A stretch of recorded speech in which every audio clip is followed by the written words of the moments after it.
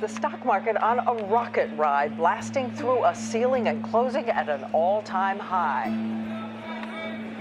Cheers of joy on the trading floor. The internet revolution and the rise and fall of the internet stock bubble has become one of the most dramatic business stories of our time.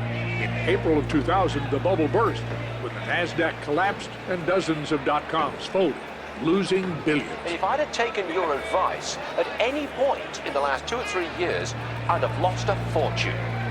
A huge percentage of jobs created has been because of the housing boom, whether it's construction, whether it's mortgage.